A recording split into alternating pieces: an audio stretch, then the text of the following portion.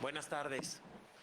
Gracias a todas, a todos y a todes, como dice nuestra directora y como debe de ser, por su presencia. Estamos muy contentos en el Colegio de Profesores de Derecho Civil. Siempre estamos organizando eventos extra aula. Agradecemos a todos ustedes y a sus profesores que les permitan acompañarnos en esta ocasión con un tema muy interesante que tiene que ver con la capacidad. Ya el doctor Sánchez Barroso aquí presente nos ayudará a presentar al presidium a cada uno de los integrantes, pero yo quiero agradecer de verdad, de todo corazón y con mucho cariño a nuestra querida señora directora Sonia Venegas, que siempre contamos con todo su apoyo para la organización de este tipo de eventos, que siempre nos acompaña. Es para nosotros un honor que esté el día de hoy aquí y que nos haga favor de inaugurar estas pláticas que tendrán verificativo el día de hoy y el día de mañana. Doctora, muchísimas gracias. Le pediré que nos dé unas palabras, por favor. Y la maestra, evidentemente, como sabrán ustedes que hay mucho trabajo, se va a quedar un ratito con nosotros y después se va a retirar. Muchas gracias. Gracias, maestra. Sí, como tú dices.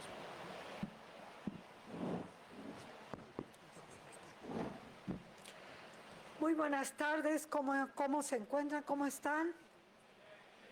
Muy bien, ya son las 5 y todavía los escucho con energía. Qué gusto saludarles y antes de dar inicio a los trabajos de este ciclo de conferencias titulado La incapacidad y la discapacidad, implicaciones normativas en la Ciudad de México, me permito expresar un atento y afectuoso saludo a quienes nos honran con su presencia en este honorable presidio.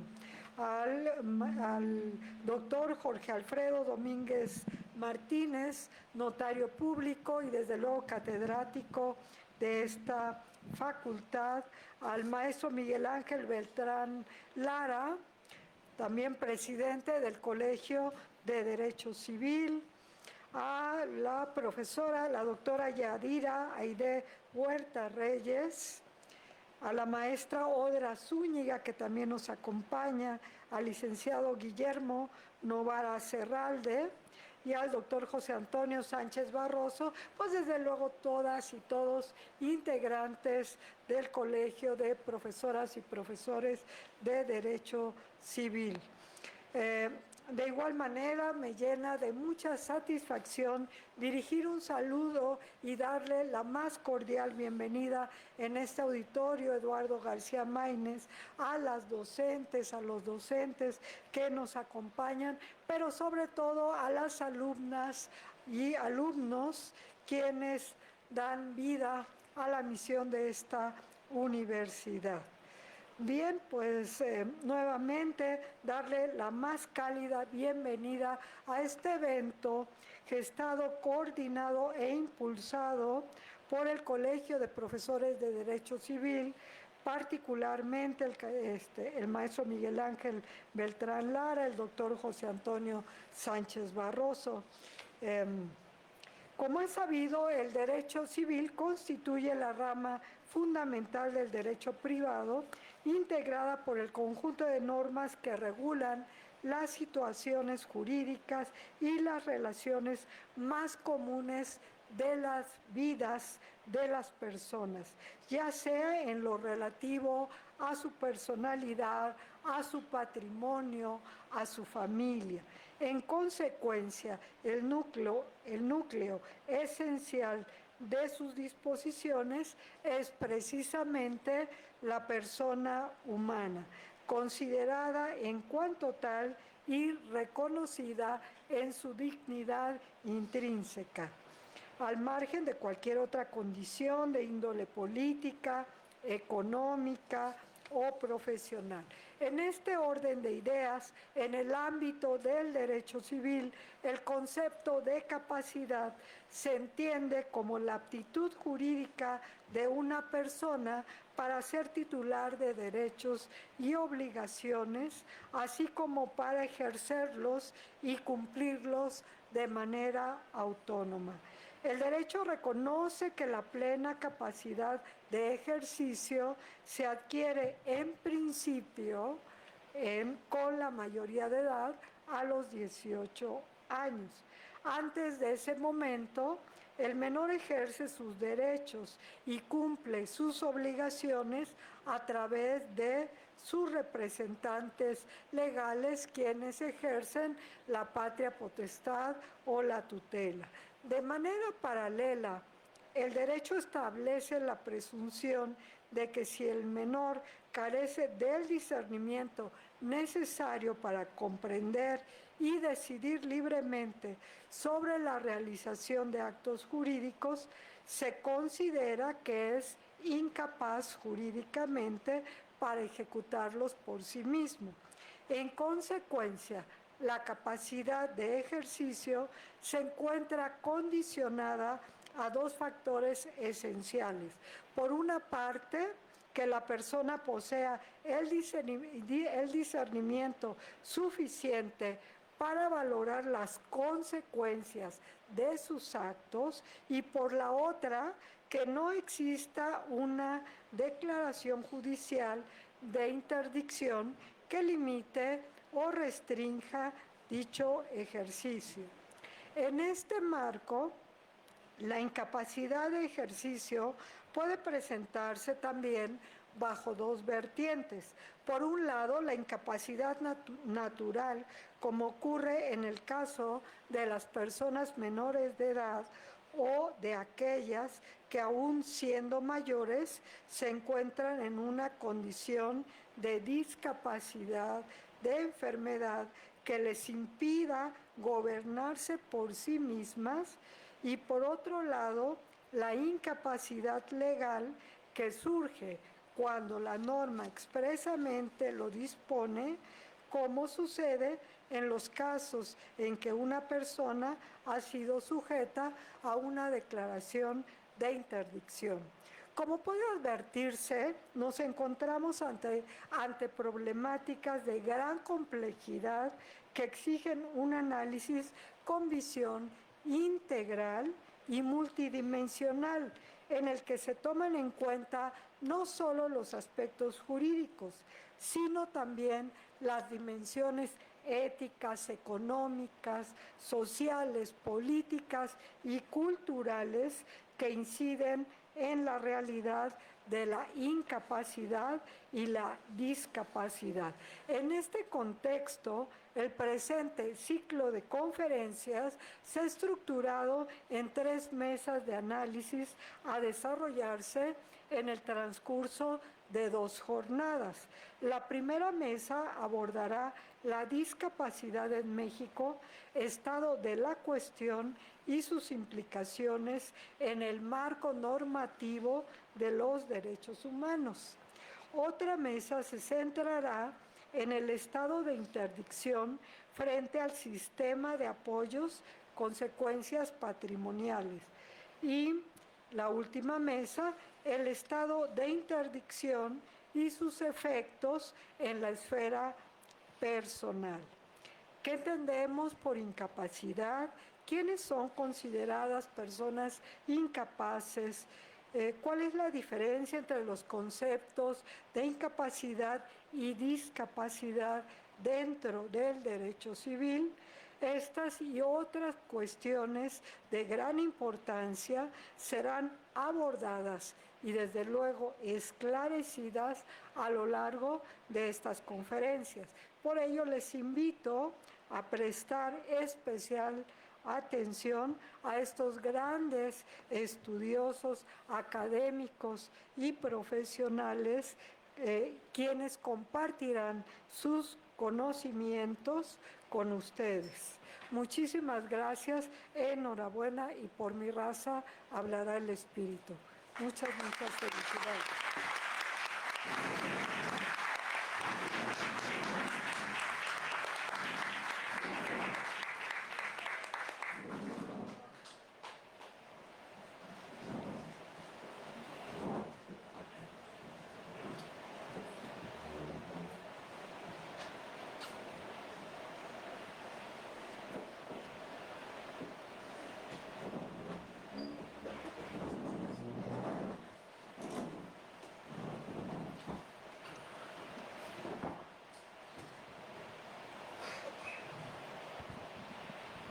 Muchas gracias.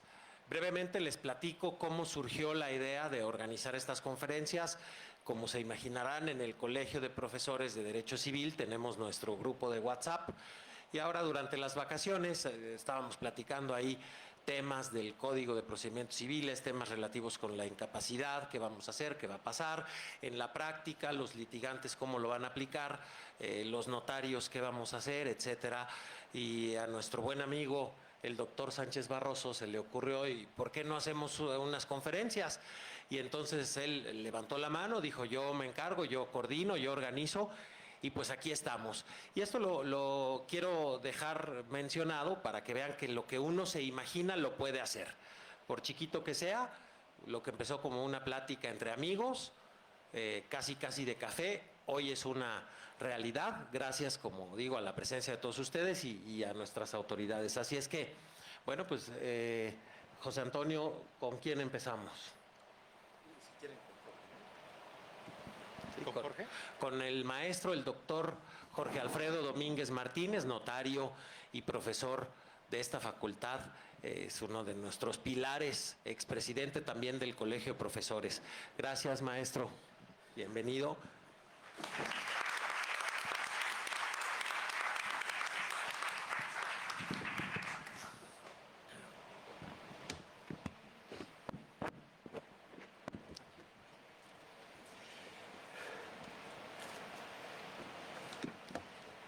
Bien, pues muy buenas tardes a todos ustedes.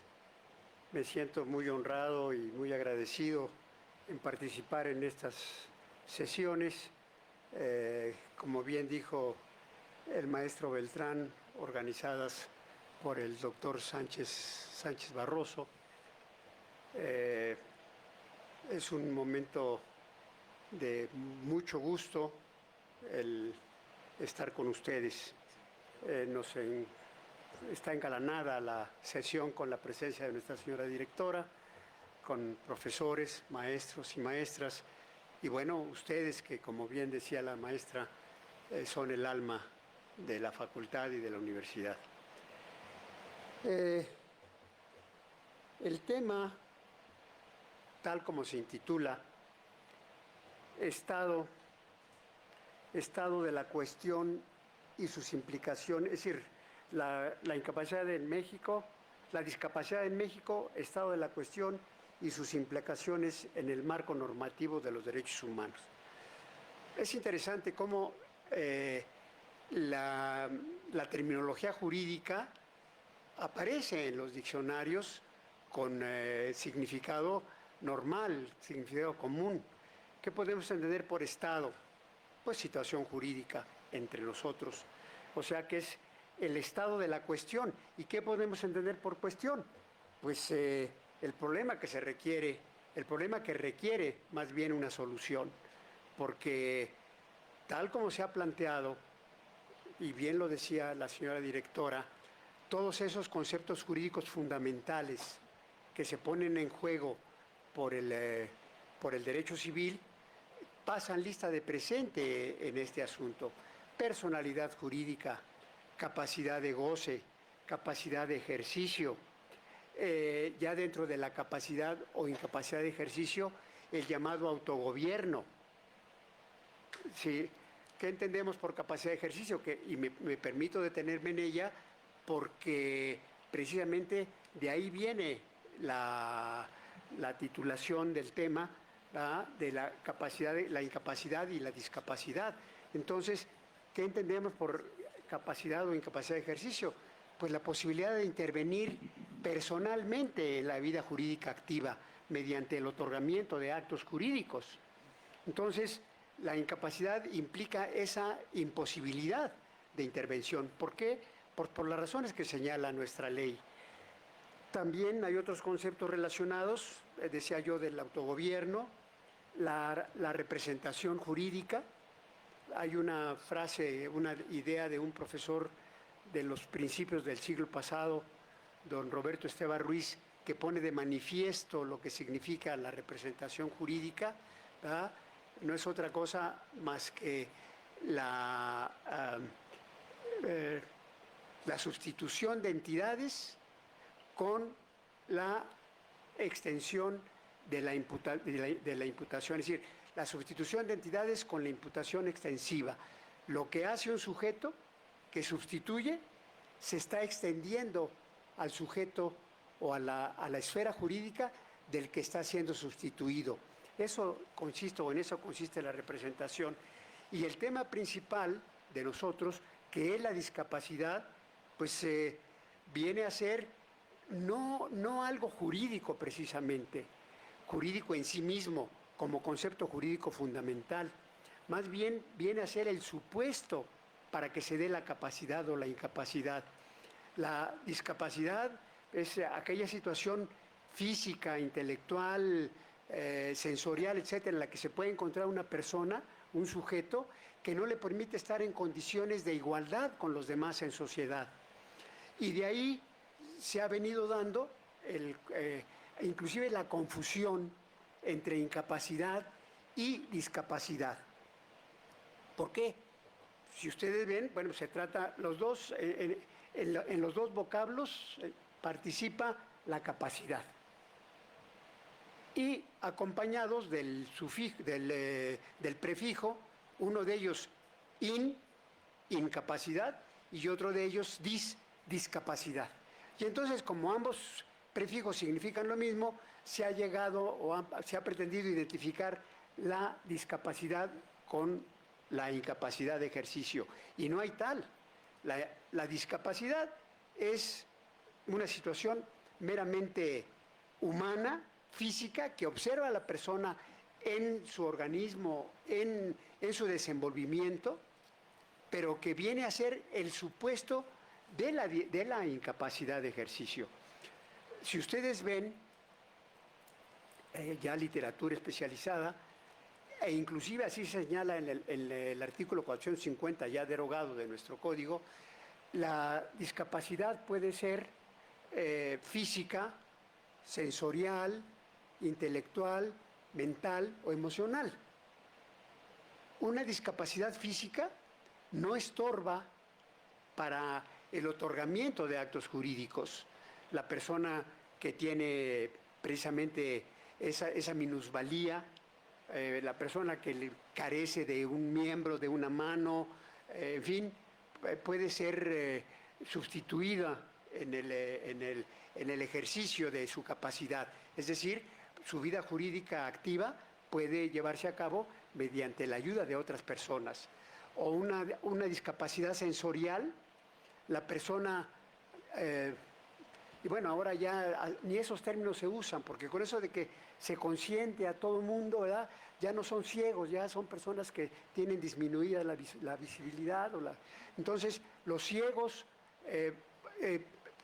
tratándose de las escrituras, por ejemplo, notariales, los ciegos son, otras personas les leen, o las personas sordas pueden leer directamente, o, en fin, según la discapacidad se manifieste sensorialmente, hay sustitución, hay manera de poder resolverla. La discapacidad intelectual y la discapacidad mental sí llegan a provocar la incapacidad de ejercicio. En ese caso, entonces es que se da, y vienen aquí los conceptos jurídicos fundamentales, es que se da el supuesto de la norma jurídica, que es la discapacidad, que se dé la discapacidad con las consecuencias jurídicas, que son los efectos jurídicos que trae consigo la norma, en este caso, la incapacidad.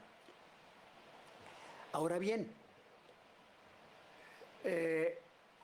conforme ha ido pasando el tiempo, con ese tratamiento más, digamos, más cuidadoso de aquellas personas que tienen o padecen alguna discapacidad, y tratando de incorporarlas válidamente, es decir, estoy totalmente de acuerdo a que todos aquellos que pues padecen de algún síndrome, o el Asperger, el síndrome de Down, etcétera, que se les incorpore, que se les trate de unir, de hacer participar en la vida jurídica activa.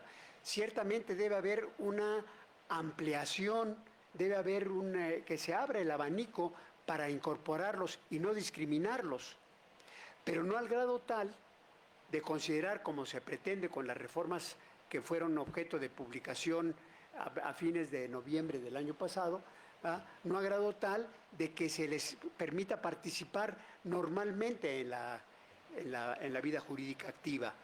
De todos modos, dentro de esas personas hay quienes no pueden manifestarse, hay quienes no pueden gobernarse por sí mismos y entonces siempre requerirán, las reformas actuales les llama apoyos, el apoyo ordinario y el apoyo extraordinario, pero como sea, de todos modos se trata de personas que siempre requerirán de ser representados. ¿Por qué?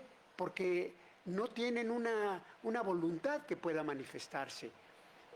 Claro, desde el punto de vista jurídico, se pretende que, por ejemplo, es decir, a mí me tocó participar en algunas de estas reformas, se pretendía, por ejemplo, que personas que se les tuviera como testamento lo que habían pensado o las tendencias que tenían antes de que cayeran en una incapacidad, en una situación de no poder mostrar su voluntad, de no poder exteriorizar su voluntad. Y ciertamente, si vemos la legislación mexicana, constantemente se ha venido suavizando, se ha venido tratando de solidarizar con estas personas, darles un mejor trato, pero se ha quedado simplemente en el trato, digamos, verbal, en el trato de como se les denomina. Si ustedes ven el Código Civil en su inicio, de 1932 hasta 1992, ¿verdad?, no se hablaba más que de eso, en ese artículo 450 que me referí, de sordos,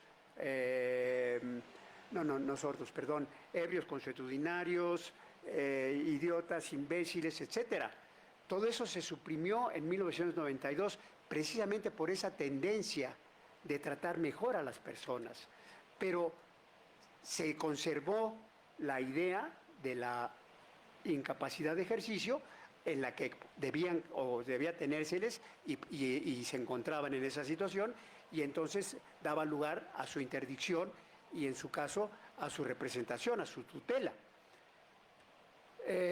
Vienen reformas más adelante, se publican, interviene México y se aprueban unas convenciones en 1996, 98 creo, y 2006, en las que se refiere ya a las personas con discapacidad, pero que se trate de conocer su voluntad y que los apoyos que se le den, que esa es una figura nueva, los apoyos que se le den, las personas que les sirvan de apoyo, vean por sus intereses, de manera que puedan manifestar su voluntad, tratando de hacerla valer. Pero bueno, eso es cuando realmente tienen voluntad. Debemos reconocer que hay personas que no tienen voluntad, y eso lo hemos visto en la calle, en nuestro grupo familiar, en nuestro grupo de vecindario, etcétera. En conclusión, creo que las reformas, que es lo que está moviendo estas pláticas, las reformas de 2024 pretendieron resolver los problemas de esas personas sin discapacidad, de esas personas sin capacidad por la discapacidad mental, pero lo han hecho erróneamente. Y es ese trato suavizante, ese trato de no lastimar, ese trato de procurar que nadie sea objeto de burlas o de bullying, etcétera. Entonces, estoy de acuerdo con esas reformas, pero creo que el medio al que se llegó, por lo menos en ese aspecto en particular, no fue el adecuado. Ciertamente, las modificaciones ya se refieren con más precisión a la incapacidad natural y a la incapacidad legal, ya se refieren a, por ejemplo, que los menores de edad son incapaces legales, como también lo son quienes son declarados en quiebra o en concurso civil, y que todas aquellas personas que se encuentran bajo el influjo de una droga o de una bebida embriagante, etcétera, son incapaces naturales. Pero esa incapacidad natural perdura o se mantiene únicamente durante la época o las horas o el tiempo en el que la persona se encuentre sujeta al influjo de esas bebidas o de esas sustancias. Consecuentemente, pues este es un mero planteamiento. Vamos a oír a los maestros que seguramente lo enriquecerán como ellos saben hacerlo. Muchas gracias.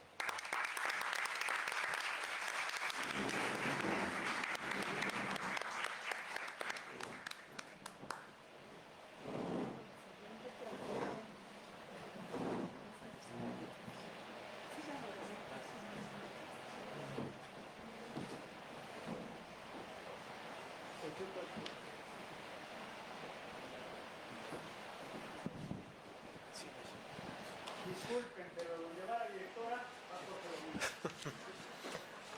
Acaban de escuchar a una leyenda viva del derecho civil y de la Facultad de Derecho. El maestro Jorge Alfredo Domínguez Martínez, entre las muchas obras jurídicas que ha escrito, es autor del Tratado de Derecho Civil. Eso quiere decir que ha escrito una obra, un libro, de todas y cada una de las materias que componen el plan de estudio de Derecho Civil. La facultad está en deuda con él y habremos de recompensarlo. Muchas gracias.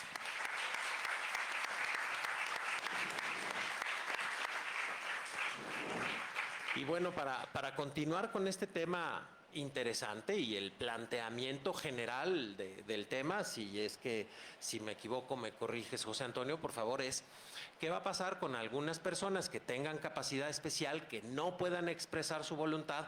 Porque estas reformas al código realmente complican su situación, porque entonces ellos solos no podrán designar a una persona de apoyo, ellos solos no podrán expresar su voluntad para contratar, a diferencia de como pasaba con el régimen de la tutela. Entonces estamos ante una situación verdaderamente complicada y bueno, pues tendremos que ver cómo lo resolvemos tanto en la práctica como en el aula. Y vamos a escuchar ahora a nuestra querida amiga, la doctora Yadira Huerta Reyes, profesora también de esta facultad, doctora en Derecho, que seguramente nos hará saber cosas muy interesantes. Gracias, Yadira, por tu presencia. Gracias. Buenas tardes a todos, a todas. La realidad es que, como lo dijo el maestro Miguel Ángel Beltrán, pues se acaba de ir a una institución y hablar después del doctor Domínguez Martínez va a ser un trabajo colosal, porque la realidad es que quienes prestaron atención escucharon varios conceptos que el doctor dio en esta pequeña, porque además fue muy pequeña su plática, y que nos pudo haber ilustrado muchísimo y que a mí me da pie para nada más aterrizar algunos conceptos. Podría decir, después de lo que habló el maestro Domínguez Martínez, lo que yo diga es insignificante, pero no, porque sigo su línea. Entonces, la realidad es que me gusta cómo piensa en relación a este tema en particular, y yo pienso igual que el maestro. Me parece que estamos oscilando, por supuesto, a una mejoría, obviamente, en esta figura jurídica de protección a las personas, pero también tiene sus bemoles, también tiene sus problemas. Y yo empezaría por aterrizar ciertos conceptos que yo pensé que iba a desarrollar el maestro Jorge Domínguez, y dije, si él empieza a dar conceptos, pues yo ya no participo. Pero no, afortunadamente me dejó guardados algunos conceptos, empezando por personas. Fíjense ustedes que el tema que nos ocupa es precisamente el estado de la discapacidad y sus implicaciones en el marco normativo de los derechos humanos. Entonces, hablamos de una figura discapacidad, incapacidad en el marco de los derechos humanos. Vamos a empezar a hablar de a quiénes nos estamos refiriendo, es decir, los seres humanos, por supuesto, seres humanos que ya en el plano jurídico aterrizamos con un concepto que todos tenemos que manejar, que es el de persona. Por ahí hay un autor que a mí me gusta mucho, Ludwig Wittgenstein, que dice que los límites del lenguaje o los límites de mi lenguaje son los límites de mi mundo. Y cuando nosotros no tenemos un lenguaje amplio, pues obviamente el mundo se nos cierra, ¿no? Pero además, si como abogados no tenemos obviamente conceptos que sean uniformes, únicos, conceptos sobre los cuales todos podamos hablar de la misma tesitura, pues empiezan los problemas, empiezan las contradicciones y empieza yo creo que, yo pienso, yo sueño, yo supongo. No, hay que aterrizar los conceptos. Y por eso me refiero a este primer concepto, el de persona. ¿Quién es una persona? Una persona es un ser humano racional, individual, autónomo, que es un fin en sí mismo y no un objeto, no un medio para alcanzar un fin. Y desde ahí ya empezamos a darle, por supuesto, la importancia a la persona. Un ser humano racional que piensa, obviamente, que es autogobernable, es una palabra que aprendí del doctor Domínguez. Cuando uno se autogobierna es capaz de decidir, cuando uno se autogobierna es capaz de manifestar su voluntad, ya sea por sí, ya sea a través de otra persona. Entonces, es una persona racional, individual, es única, no se repiten, aunque sean gemelos, no hay repetición de esa persona, de ese ser humano. Es autónoma, porque además es capaz, por supuesto, en base a sus propios principios, a su moralidad, de tomar decisiones y no depender de los demás. Autónoma, pero además es un fin en sí mismo, e insisto, y no un medio para alcanzar un fin. En este sentido, esta persona, por supuesto, y en el mundo jurídico, pues tiene muchas relaciones que se van, por supuesto, permeando y que se van estableciendo en algo que dijo el doctor Domínguez, un supuesto jurídico, o como decía Bonecas, ¿no? En el acto jurídico decía, bueno, estamos hablando de situaciones jurídicas abstractas y situaciones jurídicas concretas. Las abstractas son la hipótesis normativa, las concretas es la situación del individuo en esa hipótesis. Luego, entonces, cuando nosotros empezamos a hablar, obviamente, de estas actitudes, actividades, relaciones que tiene la persona en el mundo jurídico, ya empezamos a dotarlo de una atribución que solamente las personas físicas y morales, pero me voy a referir a las físicas, tienen, que es la personalidad. Entonces paso el concepto de persona al de personalidad. Y personalidad, como ustedes saben, en el mundo que nos rodea, en el mundo que estudiamos, es ese sujeto de derechos y obligaciones, capaz de ejercitar los primeros y cumplir con los segundos. Y desde ahí ya empezamos a abrir un poquito más el marco. Pero esta persona con personalidad no se queda ahí. Es un ser humano, ¿se acuerdan que lo dijimos desde un principio? Ser humano que tiene dignidad. ¿Y qué es la dignidad, muchachos? Ahí también pues nos ponemos o nos metemos en camisa de 11 varas, ¿verdad? Porque cada quien sabe, supone, cree que es un concepto de dignidad. En el particular punto de vista, lo digo yo, solamente y a título personal, yo tomo el concepto del maestro Manuel Atienza porque me parece un concepto bastante amplio que además ha retomado la Suprema Corte. Y dignidad humana es precisamente este concepto puente en donde tiene este ser humano el deber de poder llevar a cabo su proyecto de vida a través de su libre desarrollo de la personalidad. Pero además de ser un deber, es un derecho y un deber, un derecho que tiene ese ser humano de alcanzar su proyecto de vida a través de su libre desarrollo de la personalidad y un deber de poder ayudar al resto a poder alcanzar su propio proyecto de vida, obviamente en base a su libre desarrollo de la personalidad.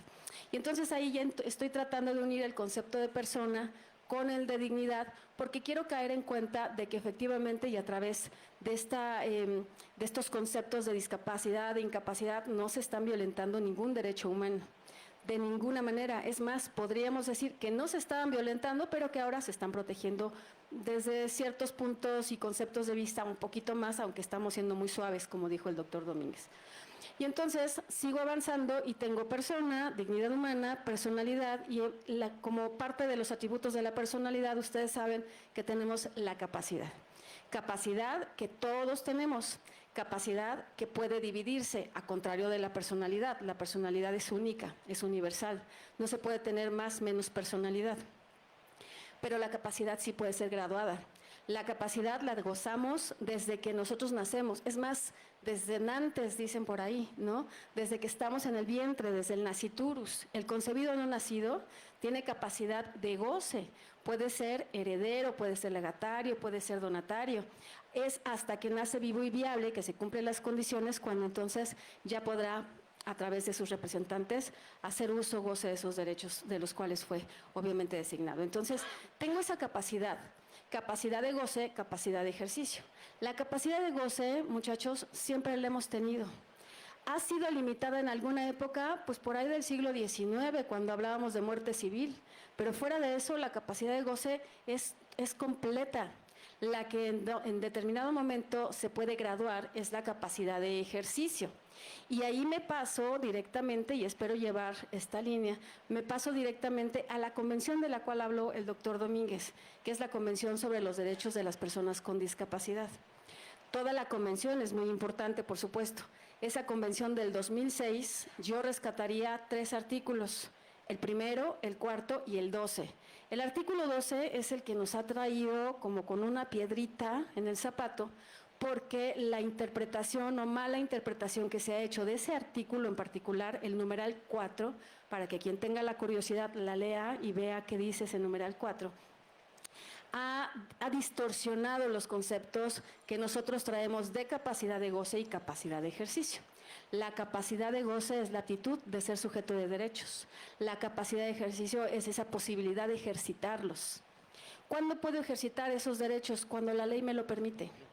Hay personas, por supuesto, que tienen incapacidad o, digamos, que tienen esta capacidad limitada por su minoría de edad, porque efectivamente tienen alguna consecuencia que les impide llevar a cabo de manera total sus actividades. Pero eso no quiere decir que efectivamente seamos tan tajantes en lo que establece el artículo 12, numeral 4 de la convención que acabo de referir.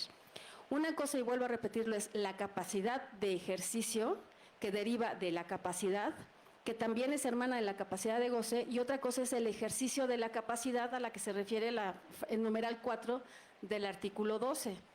El ejercicio de la capacidad es un tema muy distinto.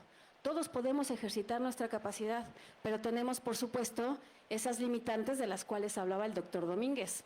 Para aterrizar aún más los conceptos, él hablaba de una palabra, discapacidad. La discapacidad, muchachos, es una situación de hecho. Esta situación de hecho que se puede dar, ¿por qué? Pues por falta de movilidad. Quizás, y decía el maestro, puede haber ahí una limitante emocional, una limitante sensorial. Decía, hay personas que no pueden ver bien. Si no pueden ver bien, el supuesto de derecho está en nuestro código. Pediremos a alguien que nos lea, ¿verdad? Si no podemos firmar porque no tenemos las manos, pediremos a alguien que firme a nuestro ruego y a nuestro nombre.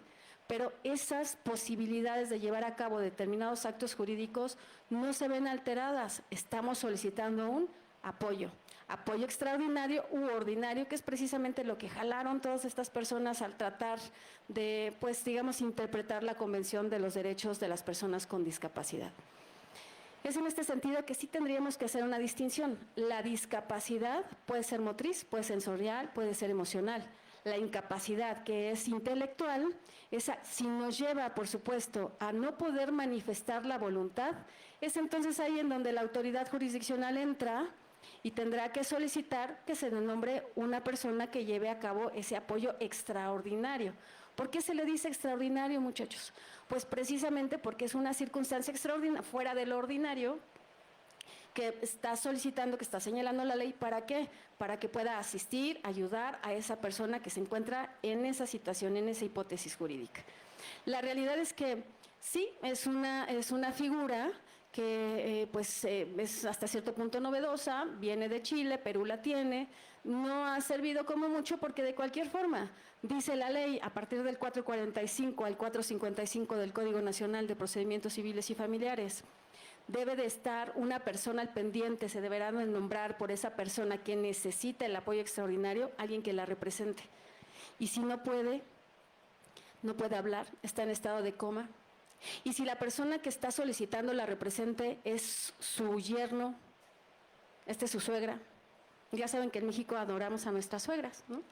Es su suegra, pues asistirá o no asistirá médicamente a esta persona, de ti depende del apoyo extraordinario nombrado.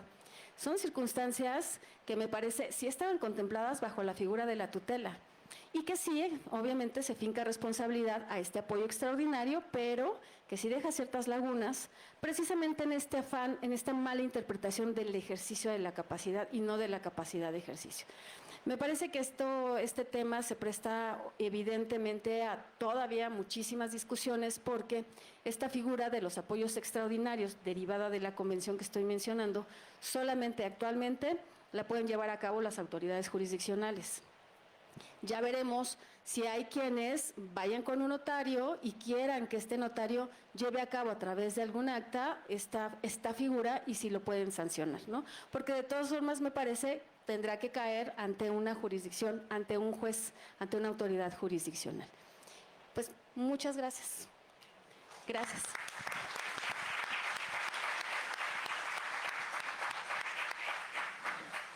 Al contrario, muchas gracias. Yadira. Y bueno, pues como pueden ver, son muchas las aristas que tiene este tema, son muchos los aspectos respecto de los cuales podemos disertar. Vamos a escuchar ahora a nuestro querido amigo, el maestro Guillermo Novara, por favor. Adelante, maestro.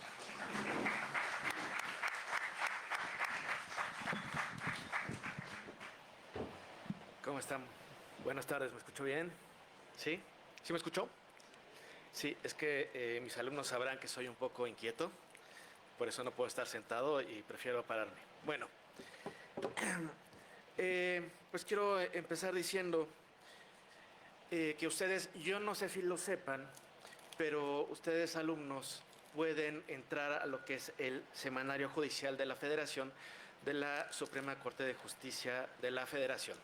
¿Para qué es esto? Miren, si a ustedes les interesa un tema en particular, ustedes pueden saber acerca de ese tema y conocer los últimos asuntos que han sucedido y saber lo relevante de esos asuntos. Por ejemplo, si a ustedes les gusta el derecho espacial, ustedes pueden poner derecho espacial y saber cuáles han sido los últimos asuntos y los últimos criterios. Sobre este tema de la discapacidad y los derechos humanos, yo lo que hago es, lo que hice fue ingresar a la Suprema Corte y ver cuáles han sido los últimos criterios para compartírselos con ustedes. Yo esto es lo que hago justamente, yo me dedico a ser abogado postulante o litigante para saber cuáles son los últimos criterios y para saber así cómo las autoridades tienen que juzgar, porque también la Suprema Corte tiene lineamientos para los cuales interpretar la norma también como lo dice la Corte. Entonces, uno de los lineamientos que más me llamó la atención y se los quiero compartir es respecto a el registro digital, si gustan apuntarlo y verlo con calma en casa, es el registro digital 2029-32-3. Ese registro digital habla de juzgar con perspectiva de discapacidad. Implica ordenar los ajustes necesarios al procedimiento y pronunciarse sobre otro tipo de apoyos fuera de este. Y les comento en resumidas cuentas qué fue lo que sucedió aquí. Hubo una persona con discapacidad en la cual tuvo un proceso en el cual no entendió qué fue lo que estaba sucediendo, ¿vale? Se dictó sentencia. Y una vez que se dictó sentencia, levantó la mano y dijo, juez, yo no sé qué fue lo que sucedió aquí. Entonces,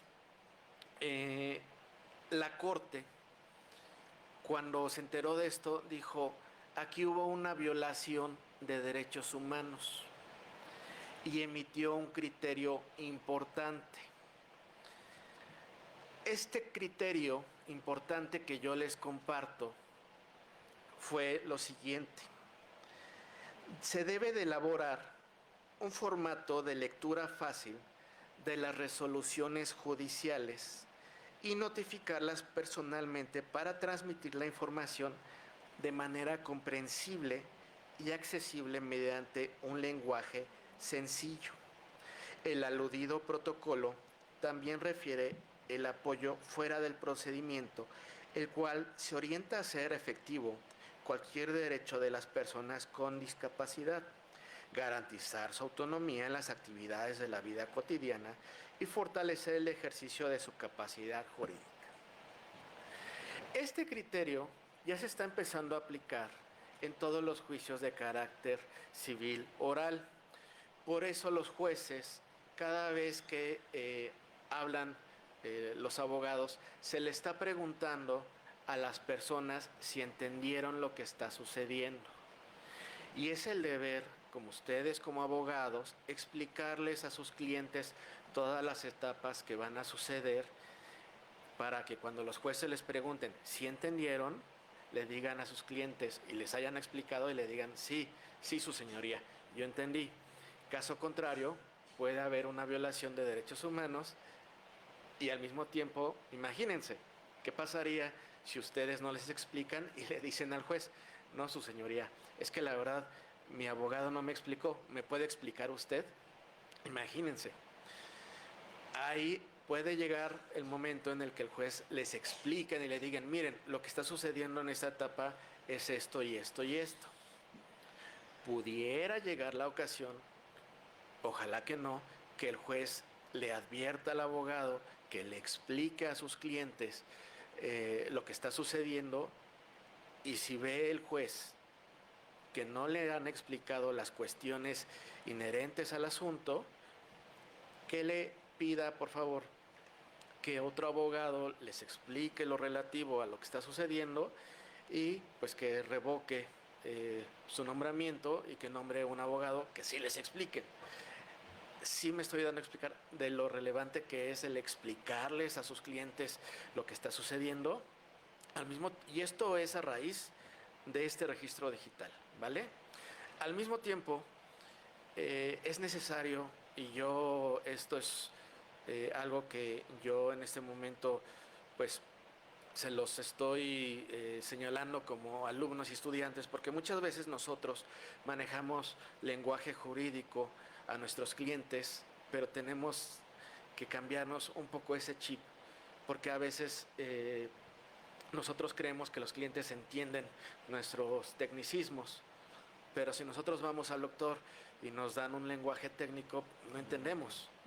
Yo por eso trato de hablarles con un lenguaje claro y entendible y con palabras que aunque parezca yo que estoy hablando de una forma muy precaria, yo prefiero que me entiendan mis clientes a que los clientes, en lugar de verme yo muy técnico, me vean de una forma comprensible y que llegue un momento en el cual mis clientes, cuando esté hablando yo con ellos, me digan, ah, licenciado, ok, sí le entendí. Yo por eso se lo repito mucho. ¿Sí me entendieron?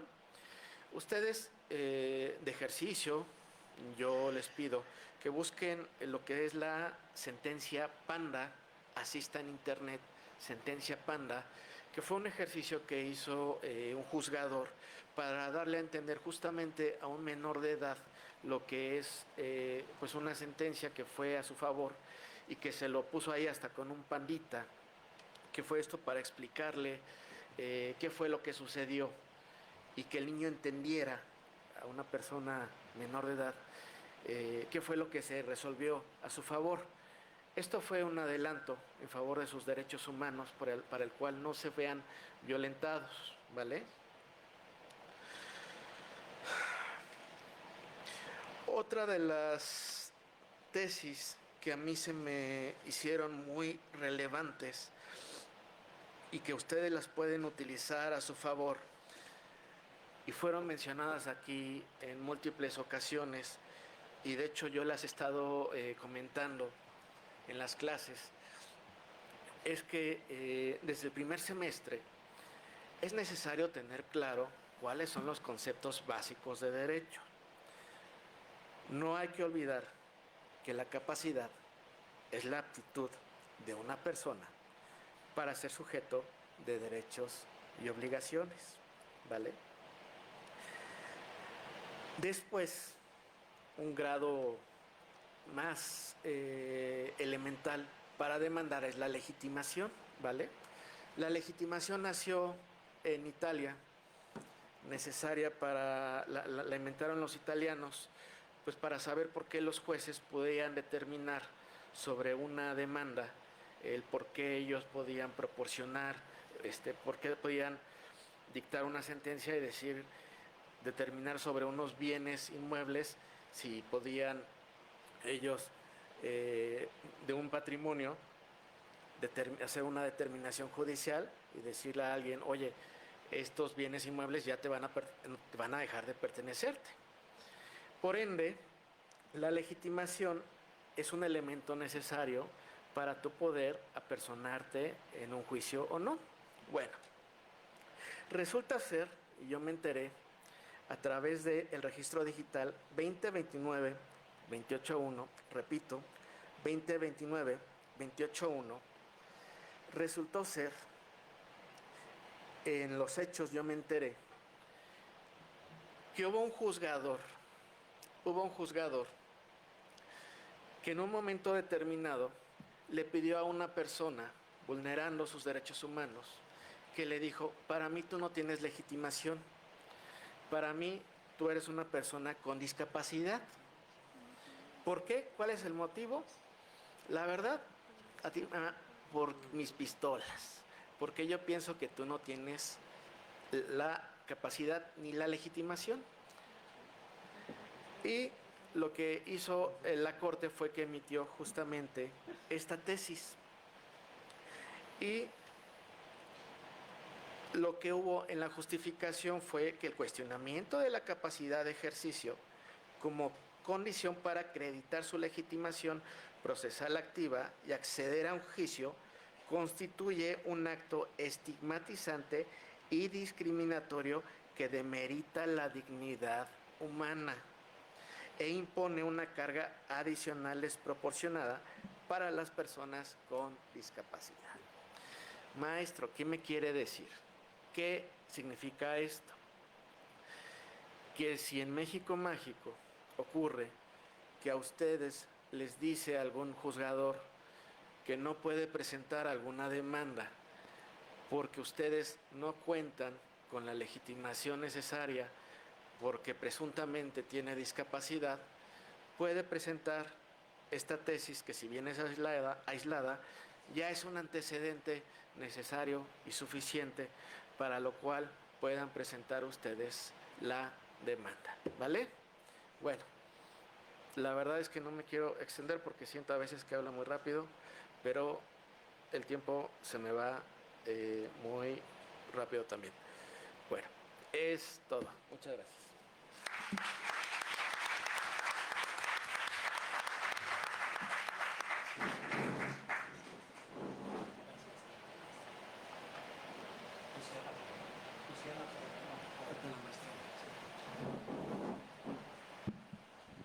Gracias.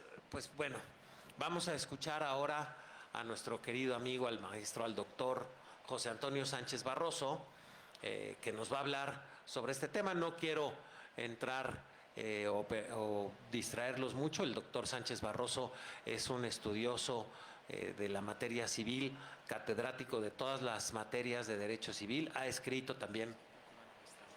¿va otra ahorita? Perdón, ya me equivoqué. La maestra Odra Zúñiga Becerra, que también ha estado en muchas actividades y en muchos foros relativos a este tema. Gracias, Odra, bienvenida. ¿Quieres aquí?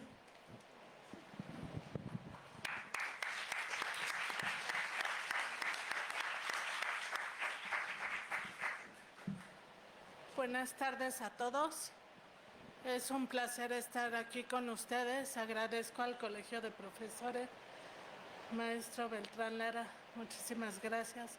Doctor Sánchez Barroso, gracias por la invitación. A la doctora Sonia Venegas Álvarez por este espacio y darnos la oportunidad de estar con ustedes este día.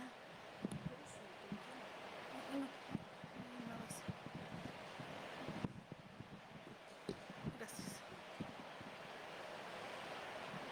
Efectivamente, como una forma de resumen de lo que han escuchado de estos grandes profesores, tenemos que tener mucha suavidad.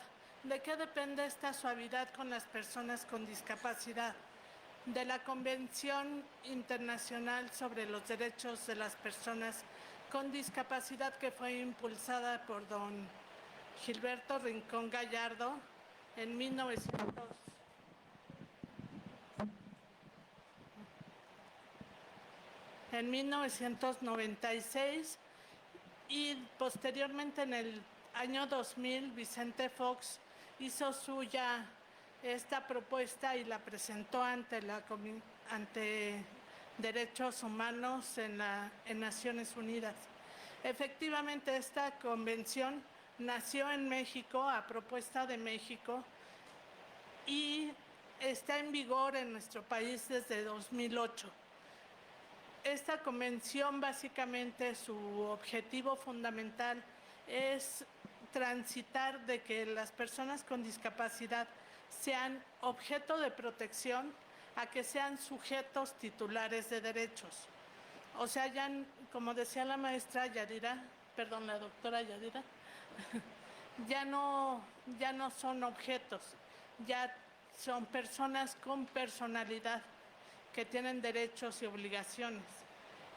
No obstante la emisión de esta convención, su ratificación y que está vigente, todavía existe mucha ignorancia respecto al contenido y eso provoca que se discrimine a las personas con discapacidad. ¿Desde dónde? Desde el lenguaje que utilizamos. La convención reconoce como tipos de discapacidad la discapacidad física o motora o motriz, la discapacidad sensorial, que puede ser auditiva, puede ser visual, y la discapacidad intelectual o mental. ¿Cuál es el lenguaje correcto para referirnos a una persona con discapacidad? Ya no existe la persona con capacidades diferentes, decían a tono de burla.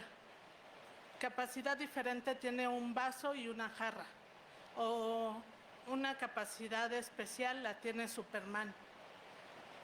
En realidad, el término correcto es persona con discapacidad, haciendo énfasis en la persona titular de derechos y la discapacidad como una limitante que puede tener, aunque, de acuerdo con la convención, hace un cambio de modelo para decir que las barreras no son de la persona, son del entorno, de la sociedad o de la accesibilidad o no que se brinda a la persona.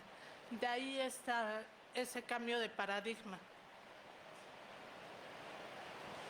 En el Código Nacional de Procedimientos Civiles y Familiares, como forma de protección, se establecen determinados ajustes razonables en términos del artículo 2 de la Convención. ¿Cuáles son estos ajustes razonables? Efectivamente, si una persona no ve, podemos redactar y auxiliarnos de un método braille. Si la persona es sorda, entonces podemos utilizar un lenguaje de señas mexicano. Si la persona tiene discapacidad física y no puede firmar, se puede tomar su huella. No obstante, como juzgadores o como autoridades que serán ustedes en un futuro, es muy importante que sepan aplicar este tipo de conceptos y que no utilicen lenguaje discriminatorio. Por ejemplo, ¿se imaginan a ustedes diciéndole a una de las partes, es que le voy a aplicar un ajuste razonable porque es minusválido? Le están restando valor a la persona como tal. Entonces, ¿la persona tiene menos valor que una persona normal? ¿O es un inútil? ¿O está tontito? ¿O está taradito? ¿O es cojito? ¿O es cieguito? ¿Cuál es la forma correcta? Decir persona con discapacidad física, persona con discapacidad auditiva o sordo, sin diminutivos, ciego, pero no cieguito. ¿Por qué? Porque se le está disminuyendo su valor o se le está demeritando a la persona. Como colofón, les comento, la discapacidad es una cuestión de barreras sociales, estructurales, ambientales, del entorno. No es inherente a la persona en sí misma. Les agradezco mucho su atención.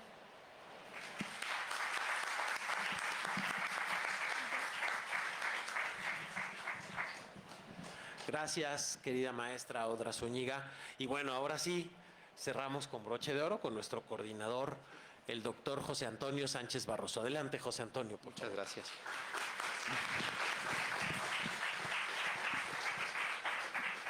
Bien, muy buenas tardes a todos. Les agradezco su presencia el día de hoy. Muy particularmente quiero saludar al maestro Julio César Andrade. Muchas gracias por acompañarnos. Al maestro Vicente Solís, siempre secundando todas las actividades del colegio. Muchas gracias, Vicente. Y por supuesto a la maestra María Elena Horta. Muchas gracias por acompañarnos, ¿no? Un aplauso para ella.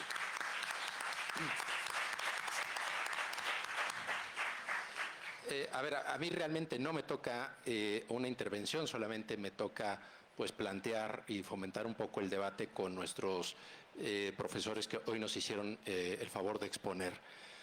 Si se dieron cuenta, hemos transitado de un modelo que la Suprema Corte de Justicia determinó que era carente de derechos humanos, que era la tutela. ¿Cuál es la característica de este sistema? En que era un todo o nada. Una vez que se declaraba el estado de interdicción de la persona, absolutamente quedaba dependiente de que fuera representada por otra persona, que sería su tutor. Hubo infinidad de criterios jurisdiccionales que señalaron que este modelo era carente de una perspectiva de derechos humanos. Movido por estos antecedentes judiciales, por la convención que nos citó la doctora Yadira, la Convención sobre los Derechos para las Personas con Discapacidad, se pasó a un modelo que se llama un modelo social, que ya lo expusimos, de irnos a un extremo de todo o nada, nos fuimos al otro extremo de decir, ahora todo mundo tiene capacidad de ejercicio. Ahora cualquier persona, sin importar su tipo de discapacidad, nivel de discapacidad o enfermedad, siempre tendrá capacidad de ejercicio, siempre y cuando sea asistida por otra persona, ¿no? Y este tránsito, desde mi punto de vista, a dos modelos extremos, pues obviamente tiene sus problemas, ¿no? Eso es básicamente lo que vamos a discutir en estas tres mesas, ¿no? Y yo simplemente para plantear algunas preguntas a nuestros ponentes, le preguntaría a la doctora Yadira Huerta, este artículo 12 de la Convención, en sus numerales, efectivamente el numeral 3 se refiere a los apoyos, ¿no? Que deban de establecer los estados partes o los estados suscriptores de la Convención para que permitan que las personas con discapacidad participen en la vida jurídica, ¿no? Mi pregunta concreta sería, pues, ¿cómo podríamos definir los apoyos y qué apoyos actualmente están regulados en la ley, ¿no? Esa sería mi pregunta. Para el maestro Guillermo Novara, sería, nos citó una tesis muy interesante de que refirió el juzgador, de que no se puede alegar la falta de legitimación procesal a una persona con discapacidad. Mi pregunta sería, ¿qué tipo de discapacidad se trataba en ese asunto y cómo podría determinar el juez en el momento en que una persona está promoviendo si el promovente tiene una discapacidad o no? Y finalmente mi pregunta para la maestra Odra Zúñiga sería, ¿por qué es tan importante el lenguaje que utiliza el legislador? Porque nosotros, los abogados, la materia prima con la que trabajamos son conceptos, son instituciones. ¿Por qué es tan importante qué lenguaje utiliza el legislador? Muchas gracias. Bien, voy a tomar el uso de la voz en el orden en que tú lo señalaste, doctor. En cuanto a las medidas de apoyos extraordinarios, ¿en qué consisten los apoyos extraordinarios? Podríamos decir que son todas aquellas medidas, todas aquellas, digamos, decisiones que puede llegar a tomar la autoridad jurisdiccional para facilitar un poco más a la persona que los está solicitando, el poder desarrollarse de la mejor manera, el poder dar a conocer su voluntad, el poder llevar a cabo determinados trámites. Como parte de estos apoyos extraordinarios, porque sí hay que definir esta postura que actualmente estamos teniendo ante el Código Nacional. Hay apoyos ordinarios que ustedes saben que se pueden llevar actualmente ante cualquier notario, en donde nosotros manifestamos nuestra voluntad de que alguien nos represente otorgando un poder, un mandato, o bien ante una declaración anticipada de voluntad. Ese es un apoyo ordinario. Un apoyo extraordinario, que es el que va a resolver, por supuesto, la autoridad jurisdiccional, es cuando esta persona no tiene voz ante una autoridad y entonces está buscando que alguien la represente precisamente para el ejercicio de esa capacidad de goce, de esa capacidad de ejercicio ante esas autoridades, como puede ser un trámite de una pensión alimenticia, como puede ser un trámite de todos y cualquiera de los servicios sociales que esta persona tiene derecho o puede acceder. Entonces, claro que estas medidas dentro de los apoyos extraordinarios sí van a servir, como sirvió en su momento el estado de interdicción, que ahí sí yo tengo que puntualizar, nada más como un, digamos, como un agregado a lo que dices, doctor.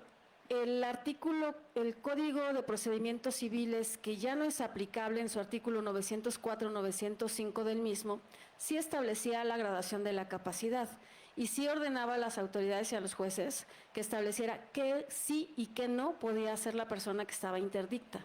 Entonces, si bien es cierto, estamos oscilando ante unos apoyos extraordinarios que lo que buscan es reconocer la calidad humana de la persona, del ser humano, también es cierto que la figura que estaba como interdicción no mermaba en ninguna forma la dignidad humana. Me parece que es correcto, por supuesto, ser un poquito más, más considerados con la persona, como dice la maestra Horta, en atención a no ofenderlo, ¿no? Que ese es precisamente el camino con el cual estamos oscilando al reconocimiento de los derechos humanos. Pero no había una merma en los derechos de la persona que se encontraba bajo un estado de interdicción. Eso solamente como un apartado y obviamente entre paréntesis, ¿no? Ahora, estos apoyos extraordinarios se ven reforzados con las salvaguardas. Las salvaguardas, que precisamente son esas medidas que se pueden tomar en cuenta por parte de la autoridad jurisdiccional para que quien sirve de apoyo lo haga de la mejor manera, que efectivamente establezca, señale y declare lo que la persona que está representando quiere o quería, ¿no? En su momento, si no puede manifestar su voluntad. Porque acuérdense que en cualquier situación de capacidad de goce o de ejercicio, la clave o el concepto clave es el de voluntad. ¿Cómo puedo yo manifestar mi decisión que ya tomé, que ya pensé y que quiero que sea externada? Ese es precisamente uno de los tantos objetivos que buscan a través de estos apoyos extraordinarios, doctor. Gracias, maestra.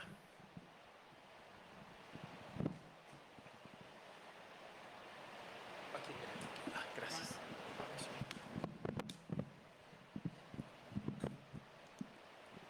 Sí, maestro. Bueno, respecto a su pregunta, lo único que nos manifiesta, lo que nos manifiesta esta tesis es que fue uno de los coautores que justamente parece ser que en el momento en el cual la contraparte fue la contraparte la que señaló que no estaba en sus facultades plenas y por ende el juez fue el que le solicitó un certificado médico para que si comprobara que estuviera bien en sus capacidades mentales. Y en tal sentido la Corte determinó que eso era violatorio a los derechos humanos. Ajá. Eso fue el caso nuestro. Así es. Espero haber contestado su pregunta. Gracias y bueno, vamos a escuchar a la maestra Odrazul.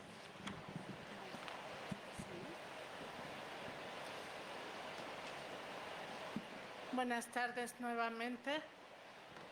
Doctor Sánchez Barroso, los principales extremos de la necesidad de utilizar un lenguaje inclusivo son 5 puntos. 1, que el lenguaje no sea ofensivo. 2, que no sea discriminatorio. 3, que reconozca a la persona. 4, que como decía Yadira y el doctor Jorge Alfredo Domínguez Martínez, haya un reconocimiento de la dignidad de la persona. Por ello es muy importante el lenguaje inclusivo. Este lenguaje ha sido promovido por la Comisión Nacional de Derechos Humanos, por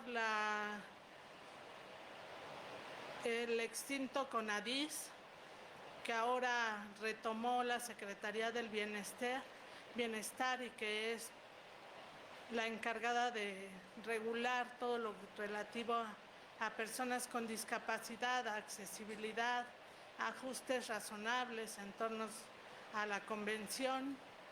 La Comisión Nacional de Derechos Humanos, que tiene un área especializada para ir monitoreando el cumplimiento de México respecto a la Convención y todas las obligaciones que adquirió el Estado mexicano con su suscripción. Por todo esto es importante. Gracias.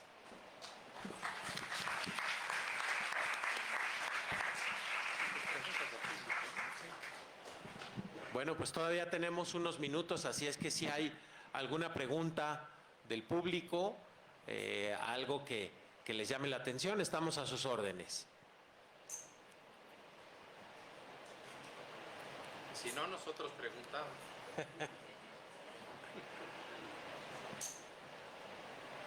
Bien, a ver, alguien siempre, cuando ya se anima el primero, ya empiezan los demás. Entonces, se vale preguntar. Al fin, este es un tema novedoso, este es un tema nuevo que no solo es nuevo en la ley, sino es nuevo en la práctica. Para los litigantes será muy importante y muy interesante ver esta designación de personas de apoyo, cómo se llevan a cabo los contratos, etcétera, en esta situación. Así es que, si alguien quiere hacer una pregunta,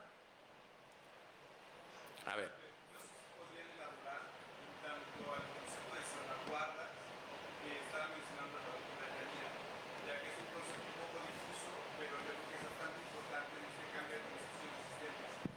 Nos piden abundar en cuanto al sistema de salvaguardas. Esa es la pregunta. ¿Tu nombre? Gracias, Salvador. ¿Sí? ¿Tú contestas, Yadira? Bueno, yo creo que voy a tomar el uso de la voz. Fíjate que dentro del Código Nacional de Procedimientos Civiles y Familiares, por ahí del 445, artículo 445, habla de las salvaguardas. Es un tema, como bien dices tú, mira, ya me estaba yendo al Código Civil, 445, en donde efectivamente nosotros lo que tenemos que hacer es, ¿qué entendemos por salvaguardas? Prácticamente es la responsabilidad de la persona que está siendo designada para cuidar a otra o representarla. Esa responsabilidad, todos esos deberes, obligaciones que asume cuando está representando a la persona sobre la cual fue designada. Las salvaguardas van, por supuesto, desde la celebración de un contrato a su nombre hasta la demanda, ejercitar una acción para pedir algún derecho, el que tú quieras, social, alimentario. Sí, yo estoy de acuerdo contigo, es prácticamente el artículo 450 del Código Nacional el que habla de las obligaciones de la persona designada como apoyo. No obstante, me parece que sí tendríamos que estar, digamos, ahondando más en los conceptos y el alcance de esas responsabilidades, porque no es lo mismo cuando se tenía la figura de la tutela, en donde sí se establecían las obligaciones muy concretas respecto del tutor en atención al pupilo. Aquí no. Aquí tendríamos, y me parece que es una salida, que espero estar siendo clara, tiene la persona de apoyo al señalar, eso es lo que yo creo que quería, o supongo que era lo que quería la persona a la cual estoy yo representando. Eso me parece un tanto cuanto grave, porque efectivamente, si no era lo que quería, el ser humano es muy cambiante, es muy voluble. Entonces, es ahí donde yo quizás pondría, ¿no?, ahí un óbice en relación a, ¿y si era lo que quería, o es lo que tú querías, o es lo que tú crees que él quería?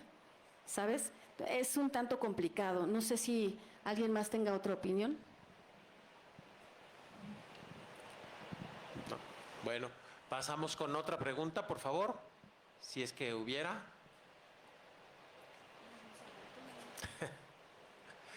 Bueno, pues si no hay más, damos entonces por concluida esta sesión y nos vemos mañana. Nos vemos el jueves. El jueves a las 9 de la mañana y la tercera y última sesión jueves a las 5. Perfecto. Jueves 9 de la mañana y jueves a las 5. Muchísimas gracias a todos por su atención. Muchas gracias.